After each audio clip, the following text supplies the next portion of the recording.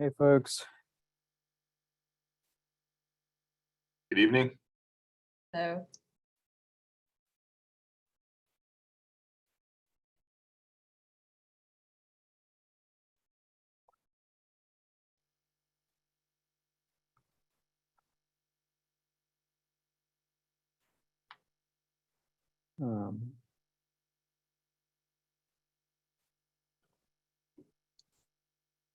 So at last count, we had about 18, or I would say 11, sorry, 18. My mind is all of this. We had 11 participants signed up. Looks like about 8 have joined so far. So we'll give it just a couple of minutes. And then to everybody that's currently a panelist, I will, I'll just give some quick introductory remarks, share some ground rules for the call, and then hand it over to y'all. Go through your presentation, and then we'll open it up for Q&A. Great, thank you. Yep. And Taz, I have the presentation on my computer, so I guess I'll start with sharing my screen. Is that, I don't think you have a copy of it, right? I do not, but you're welcome to share. I don't have anything to share, so Okay, if you want to, you can go ahead and get it set up now if you okay. Don't want to take the time later. All right, I can do that. All right, give me a second. Too many windows open on my computer. As on the rare occasion that you might lose power, do you want to maybe designate somebody as your co-host so that it keeps going, even if Sure. you drop off? Oh gosh, yeah, good call. Thank you, Nia. Okay. Sorry. Well, if town hall loses power, we're Yeah, well, you never know. It's the Yeah. one time you don't do it that there'll be an right. issue. Right. All right. Well, I see we're at 5:15. Susanna, I'm going to make you a co-host on this. Okay, great. So I will go ahead and get started. We're up to 11 attendees, so that's everybody that was registered as of about 15-20 minutes ago. Welcome, everybody. Thanks for joining us. This is, of course, a public information meeting for a proposed development over at 5101 Barbee Chapel Road in Chapel Hill. You may or may not be familiar with the town's general development review process, but basically what the developers have accomplished up to this point is that they have gone through what's called concept plan review, just kind of high level opportunity for town council, for the community design commission, and of course the public to weigh in on, again, just kind of high level drawings for what's being proposed here. This public information meeting is a very early step in the developer's formal application for a conditional zoning for their project. So the goal for this meeting is to both hear from the development team and to also hear from everybody attending. Thank you guys for joining. We will run through a presentation from the development team and then open it up to questions or comments from everyone attending. Once we get to that question and comment period, I would just ask that if you have a question or comment, just use the raise hand feature in Zoom, and I will we'll kind of bring you on to share your questions or comments at that point. Depending on how many people want to speak, we can kind of move through in an orderly fashion at that point. So without more from me, I'm going to hand it over to you, Susanna, to kind of take it away. Okay, great. Thank you. Thanks very much.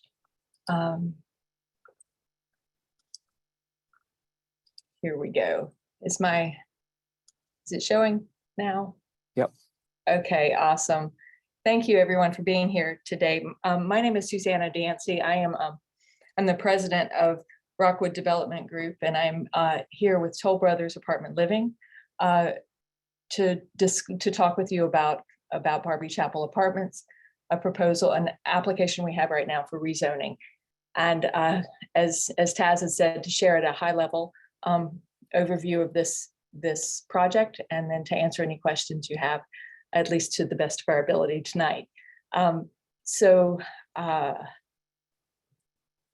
Technology, now it's working. Okay, great. This is to introduce the team that's on this project.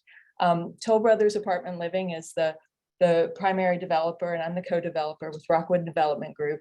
Our architect is CI Design, and our civil engineering firm is McAdams. Michael Skena, who is the Mid-Atlantic Regional Director for Toll Brothers Apartment Living, will be presenting with me. I'll hand it off to him in a little bit so he can talk in more detail about the project. So first, we'd like to look at the big picture. You see that the site located in gray on the map. And I'm showing you this so that you can see the context of this and all of the development that has happened around it. To the north, we have Meadowmont Apartments. To the south, we have the Morgan at Chapel Hill Apartments. To the west, we have Finley Forest Condominiums. Even further west is the Friday Center, and of course to the right is Downing Creek and Little John Road. So this area already is developed at a fairly moderate intensity, and the future land use map for this area for the town of Chapel Hill calls for more multifamily development in this area to help to address the housing needs that Chapel Hill is facing right now. So we are happy to be part of this and to have this project that we can share with you. Okay, come on, technology, work with me. All righty. Sorry, I thought this was working.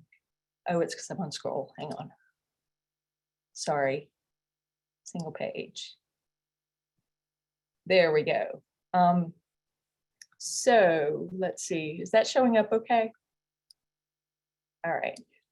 So the property right now is a it's a street, Pearl Lane. It has single family homes on the street, and the property owners got together when the future land use map was being worked on by the town. They got together and assembled themselves, so to speak, collected their properties together and said, put it out on the market for sale. So Toll Brothers was among several of the developers that talked with them, and they were chosen, and Toll Brothers was chosen because of the confidence that the property owners had in Toll Brothers as a developer. Some information about Toll Brothers, big picture. It's the 11th largest multifamily developer in the National Multifamily Housing Council rankings. It's a robust organization with 185 associates on staff across 14 states. They've developed over 8,000 units, have 4,500 units under management, and more than 17,000 units in the pipeline. The reason that I'm telling you this is because I want to convey to you the financial strength of the organization, the ability of this developer to deliver on promises that they make to the community. Their products are thoughtfully designed with the goal of developing an apartment community that Chapel Hill can be proud of. So I'm going to hand it off to Michael Skena. Again, Michael is I want to make sure I get his title right, Mid-Atlantic Regional Director for Toll Brothers Apartment Living. Michael, it's yours. Well, thanks, Susanna. Well, this is great. I don't have to give an introduction to Toll Brothers. I appreciate that. Suzanne, if you could zoom out just a bit on this so that they can see all the I see. images. I see, yeah, it's not showing up quite right. And while you do that, why don't I brag on Suzanne a little bit? You know, Suzanne is a local Chapel Hill resident and has been a Chapel Hill resident for years, has served on committees within the city, and has her own real estate development investment firm. And we felt like it made more than a lot of sense to partner with a local developer as we're going through this process, because we recognize, and I personally recognize, and I know that Chapel Hill is a special place, and we got to get it right. We got to do the right thing for the community, and we got to deliver the right product. As Susanna mentioned, I'm the regional director of the Mid-Atlantic, and in charge of apartment development along the sort of East Coast from Maryland down to South Carolina. But I am a North Carolinian and went to school, both undergrad and graduate school in Chapel Hill, and have spent 7 years of my life in the town. And so I understand how special it is and have a deep respect for its places and its people. So let me just talk a little bit about how we approach developments. We, as Susanna mentioned, we do, our tagline is uniquely elevated, thoughtfully designed. We are a home builder at heart, but we build homes for people,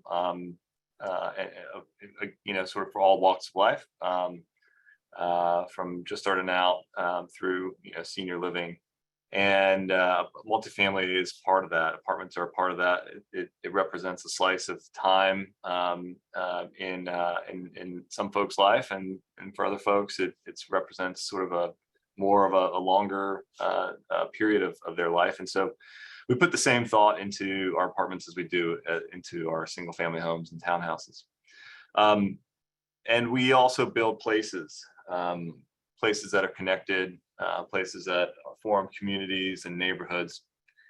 Some of these images are images of high quality public spaces, right? And so part of the process that we've gone through initially with the town's urban designer, Brian Peterson, with some of the council members, some staff members, is to think about how do we create a connected community, a connected neighborhood, across this almost 11 acres. And, obviously we have to do it in a way that makes sense financially, right? We answer to our stakeholders, but we also answer to the town and the town stakeholders sort of within Chapel Hill, which is the community and town council and staff and everyone who calls it home.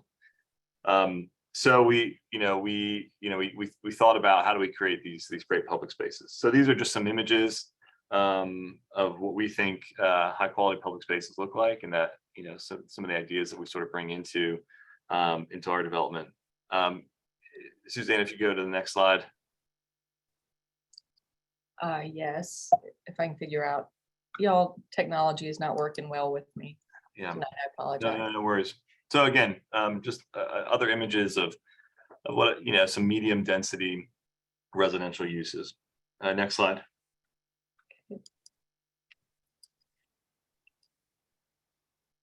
This is our conceptual site plan. Well, actually, it's technically it's maybe one step beyond that. As some of you might know, we did go before town council in June with a very rough concept plan. It looked a lot different than this, and we received good feedback from council. We received good feedback from the folks that I just mentioned, and we've come back with a design that is, I think, more uniquely suited to the town and to this community. So this big picture, right? This is 11 acres. We have 7 buildings that are arranged along a traditional street grid. The buildings in blue, the 3 buildings in blue are the multifamily buildings. The 4 buildings in orange represent townhouses and are sort of lower scale. and the sort of purple or fuchsia building represents what's happening on the ground floor of that building, which is our lobby amenity area. You can also see, we have some space, some outdoor spaces, some green spaces that we'll get into in a second. The building or the entire project would contain approximately 344 apartment flats and 24 townhouses that range in size from studio apartments to 3-bedroom.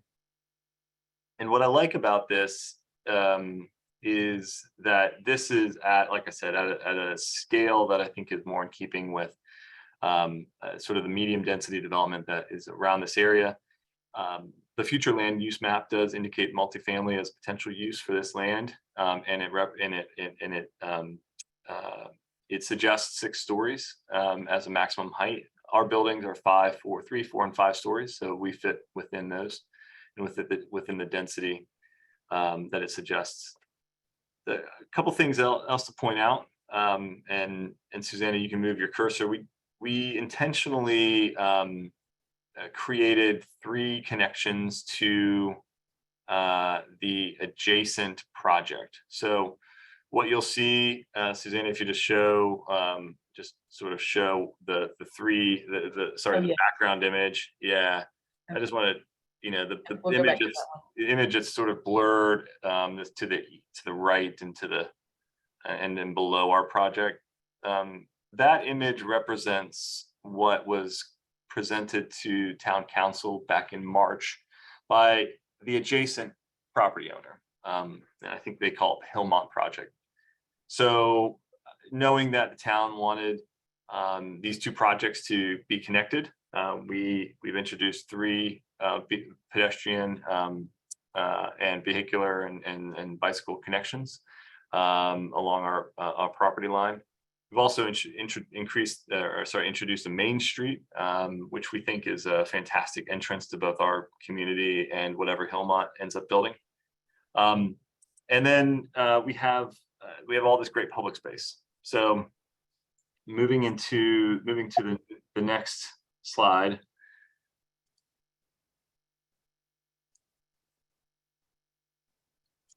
So these just pointing out a few options for public space that we're envisioning. The largest, of course, is our community green right in the center of our development. And this community green is open to everybody. It's not going to be fenced off and just for the use of our residents. We envision this as being part of the new neighborhood that we're helping to create, as well as the neighbor to our east. You can see another park, residence park and dog park on the eastern edge of the project. And then we've created, sort of these pocket parks or nooks of green space, including the courtyard that Susanna's showing us, and then a children's play area, which may or may not be located in that specific location, but we do intend to have children's play area on the property. So we, again, this is intended to be an interconnected neighborhood, and not simply an apartment building dropped on a site, which I think we see a little bit of in maybe on 15501, some of the new developments that feel like they're sort of dropped like a spaceship, but they don't really fit in the context, and that was not our intention here. Let's move on to the next slide.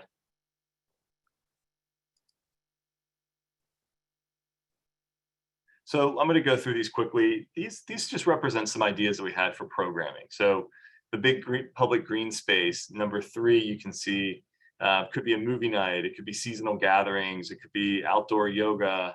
We think it's a very flexible space that we can use year round, and will be filled with trees and some open space, and will be fantastic addition to the neighborhood.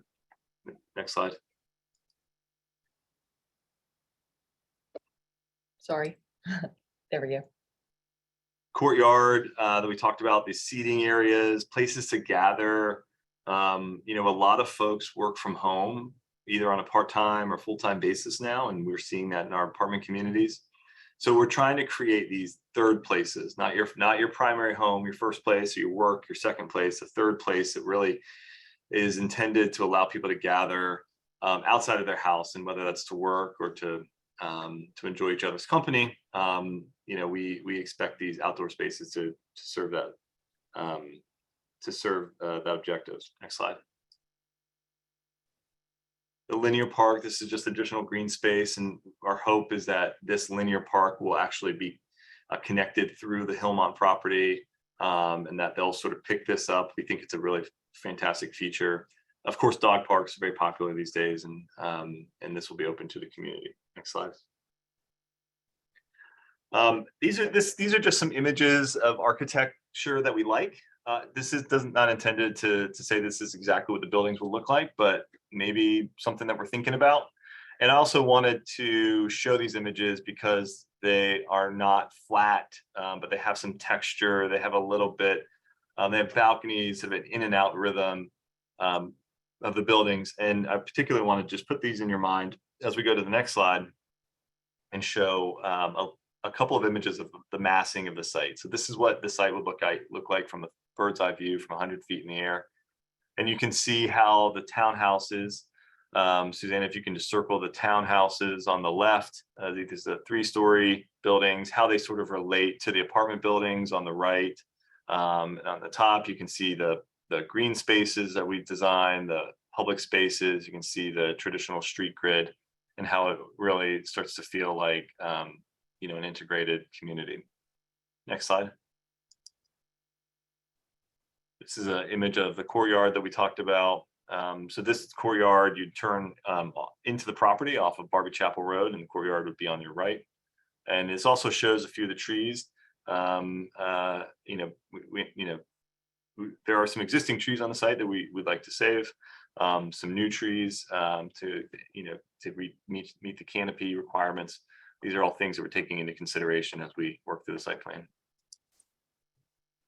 And then this image here just shows the streetscape. And again, this is not fully rendered, and so it doesn't give you the full context, but just to show you how the townhouses and the apartments sort of work together to feel like a real neighborhood. With that, I'll turn it back over to Susanna to finish up our presentation. Thanks, Michael. And again, my apologies for being a little clunky with technology on this one. But this is a spot that we wanted to pause at for a bit, because this is the what we have below is the cross section for Barbee Chapel Road, and you'll see that there's a multimodal path, a landscape drainage swale, landscape buffer, and then going up to the building. This shows a 4-story building. Again, we have combination 3, 4, and 5-story buildings. There's a direct interface between the building and Barbee Chapel Road with the landscape buffer and the multimodal path. And so we want to make sure that you understand that this is not that the back of the buildings are not facing the street. That there will be the fronts of units will be facing the street and interfacing. To create a really nice public space, and to work with building the multimodal path that becomes part of a connected Chapel Hill that connects to Stancil Road and to the various greenways that connect with the rest of both the greenway system and the transit system. So this image in particular shows it very nicely. This is an earlier site plan, so please just ignore that. The point here is to show you where the existing town, where the sidewalks are, where the connections are existing. The purple, these fuchsia spots are bus stops. You see the Friday Center is over here, lots of sidewalks, and we're viewing this project as being an opportunity to really build on that infrastructure and to start to connect this area a little bit more extensively. Again, Michael has talked about the Hillmont site, which is this wooded area surrounding this site. I'm sure that as that gets developed, the town will ask them also and they'll want to build further on this greenway system. As y'all know, the farm is down here. It's a recreation area for for the university, for faculty and staff. The Friday Center is a big park and ride spot. So there's a high frequency buses are here.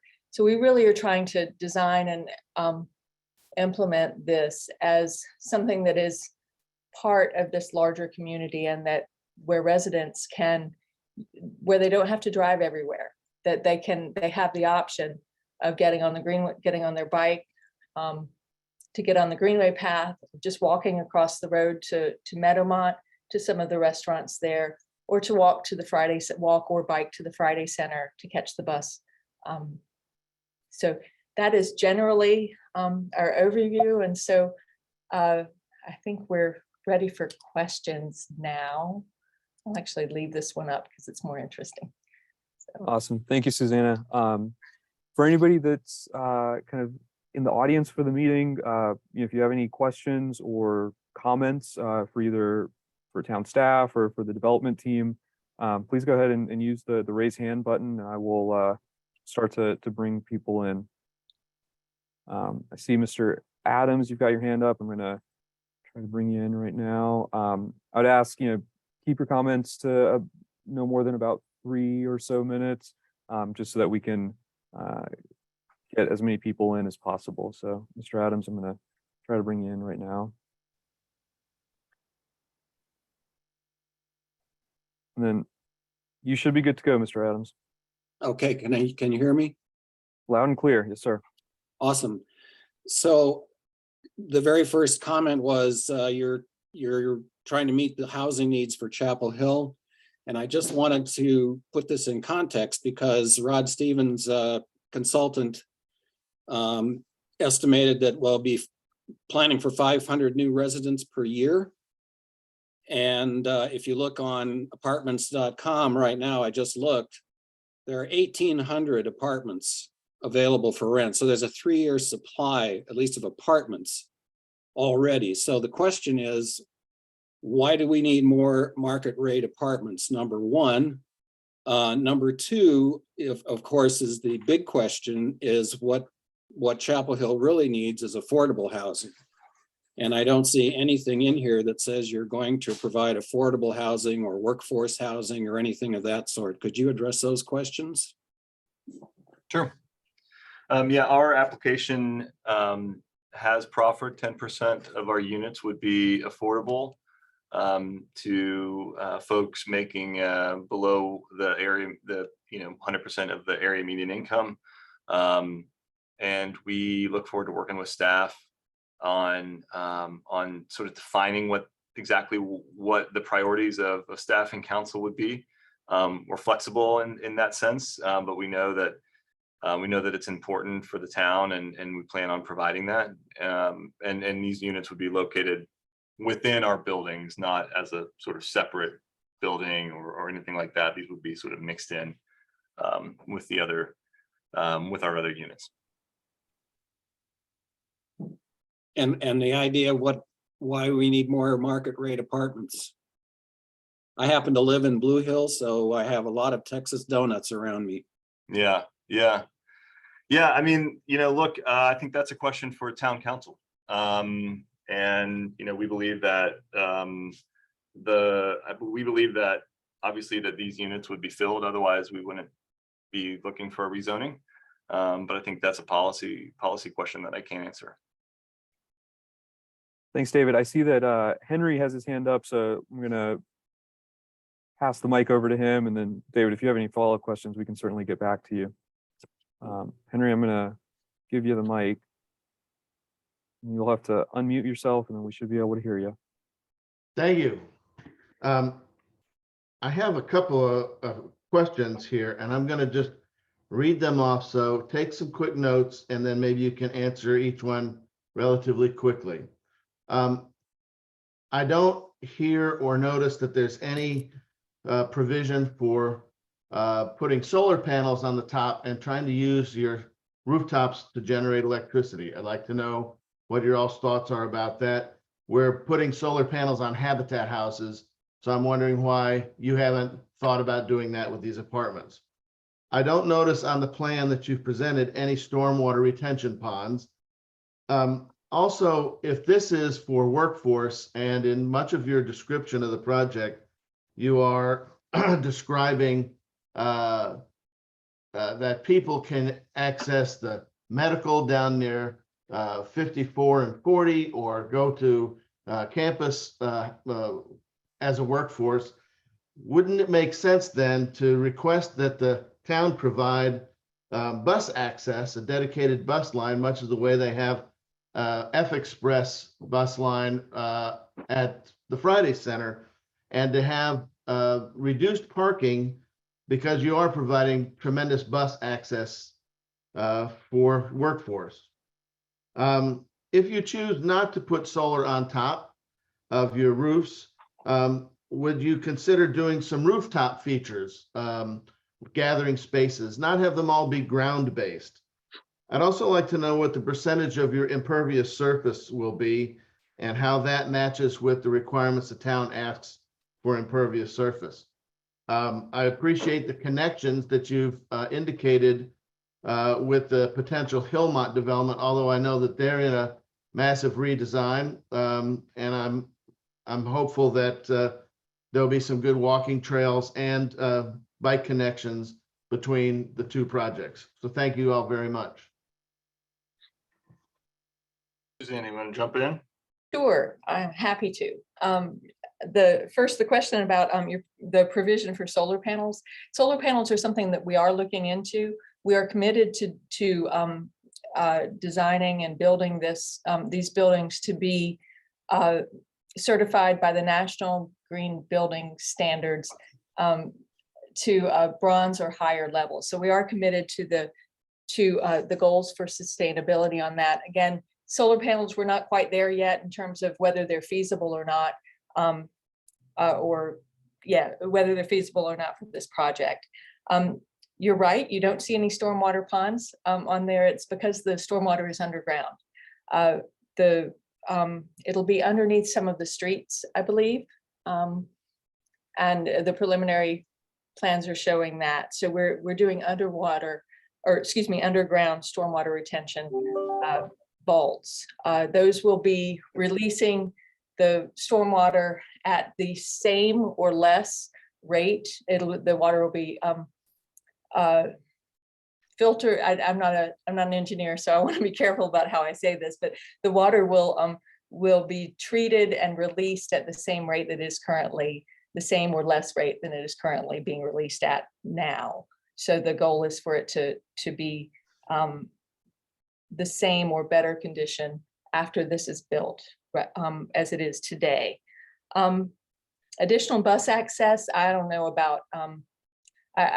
This is a really close walk. It's about an 8-minute walk from this site if you go around the perimeter. If residents don't cut through the Finley Forest condominium complex, if they take the route that is highlighted on here, it's less than a 10-minute walk. Along Raleigh Road, Stansel Drive is regional transit that will take to, that goes to the park as well, to RTP as well. So we are committed to building pedestrian and bicycle infrastructure that connects this to the existing routes. You'll notice that the dotted line where the blue is, the dotted line, that's not our property. So we've drawn it as a potential connection, and we're happy to work with that property owner if they'll work with us to make that a more formal connection. Percentage of impervious surface and how that meets the town requirements. I think that right now our impervious surface area is slightly over 70%. The town requirement is 70% for this location and this use. So we are close to what the town allows. We're still working through some things like pervious pavers and various other things to try to figure out how to meet the town's requirement on that. Have I missed anything, Michael, or you want to add to any of that? I love buses. I took buses when I was an undergrad and when I was in grad school. And And if the town transit planners want to plan a bus stop in front of our project, I think it's just better for us. We're in full support, but as Susanna mentioned, I just did the measurement on Google Maps, and it's, it's like a quarter-mile walk. It's really not that far at all, to get from, from our site up to, one of the bus stops up on Friday Center Drive. Awesome. Thanks, y'all. I see Mr. Tom Henkel has his hand up. So Tom, I'm gonna bring you in. Just remember to unmute yourself and then we should be good to go. Thank you. Can you hear me? Yes, We sir. can. Okay. Hi, Susanna. It's good to see you. Hi, Tom. Glad you're here. Yeah, I got a couple of questions. First of all, what stormwater standard are you going to be designing to? Right now, the state requires 25-year. What are you going to be designing to? Right now, we are designing it to 25-year standard. Okay, well, as you may know, I'm chair of the Environmental Stewardship Advisory Board. So many of the advisory boards are pushing for a higher standard, like 50 or 100 years. So please keep that in mind. Are these units going to be rentals, or are some of them going to be owned by the residents? Right now, it's intended to be a rental project only.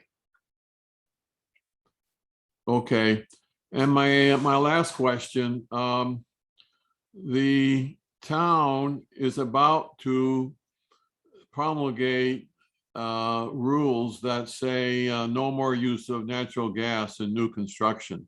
So tell us a little bit about what your plans are in terms of energy use.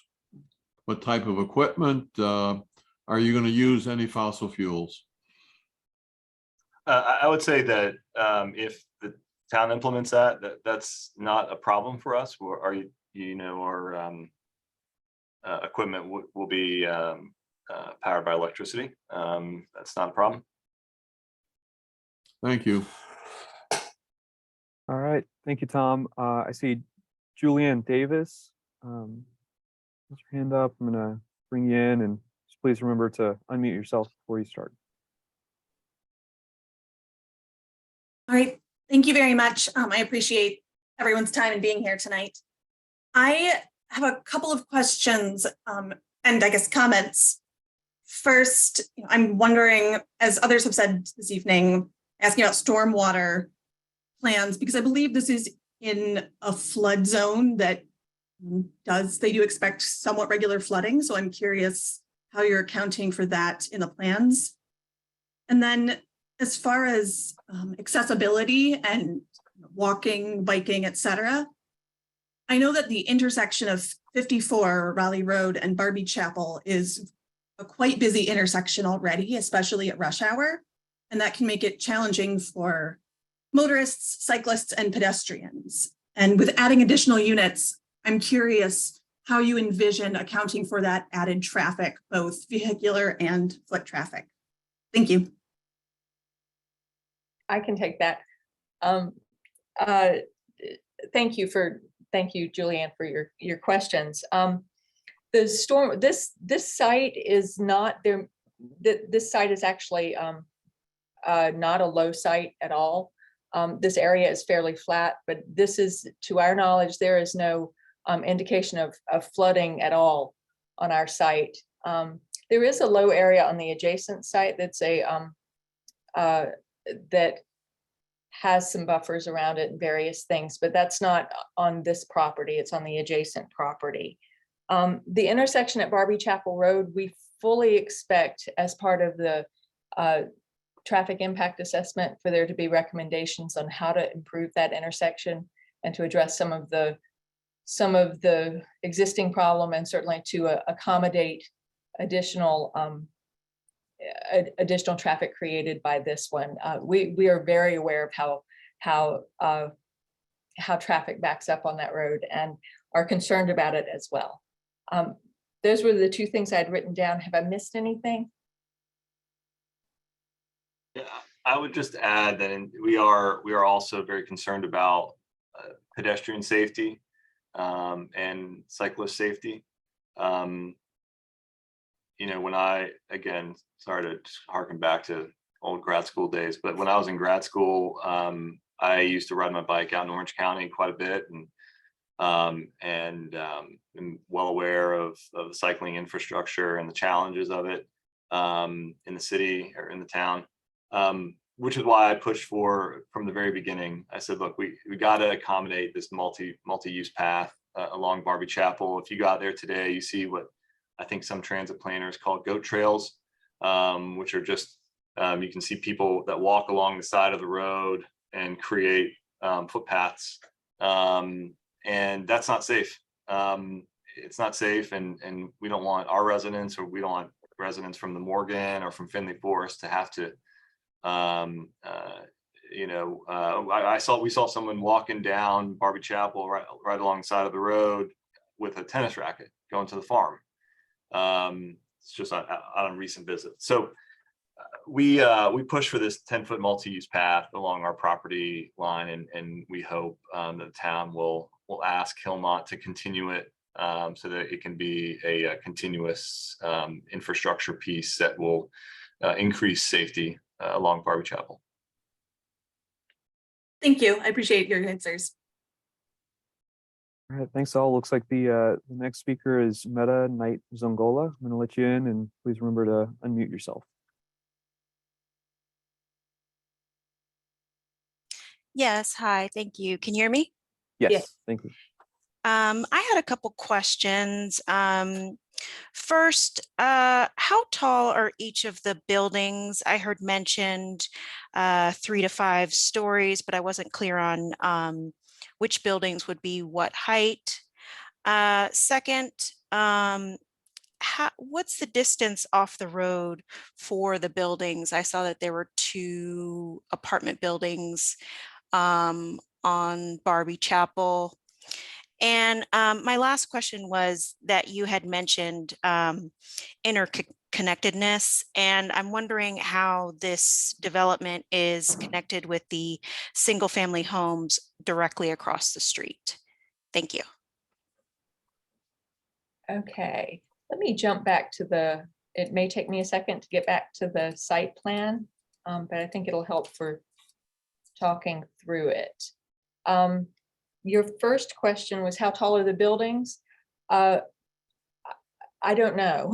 We were looking for that. We don't know yet because the buildings have not been fully designed. They will be 4 to 5. The apartment buildings will be 4 to 5 stories. The townhomes will be 3 stories, and but we don't have a height yet because the buildings are not at that level. Pardon the pun.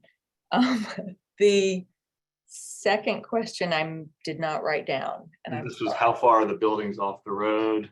Yeah. And Jonathan, you may have that handy. Yeah, sure. This is Jonathan McCarron, CI Design, the architects. The buildings they're kind of at an angle to the property line, but at their closest point, they're inside the 20-foot building setback. But that's at their narrowest point. So that's at the closest point to Barbee is 20 feet, and then it's larger from there. It's farther out, from the road. probably like 50 feet. And that's, just to be clear, that is from the curb or The property line. property line. So again, if you The property line, which is go back, which is about. I just want to be specific because there is roadway outside of the property line, as you can see on this site plan. So that would, I'm sorry to interrupt you, Michael, but this would be the closest area where the 20 feet is. So you can see that the other areas are significantly set back. So there's some variability along the street front. Sorry to interrupt. Yeah, thank you. And then the last question, interconnectedness. We don't have any plans at this point to connect with I think there's maybe 3 or 4 single family homes across the street. Haven't had any discussions with them, but we have had some discussions with Northwood, who owns the Hillmont development to the east and south, it's just land right now. And have expressed the desire to work with them. They're way behind us, but have expressed a desire to make sure that there's connections at the pedestrian level, at the vehicular level, and at the green space level, sort of the human level, I guess, so that our green space,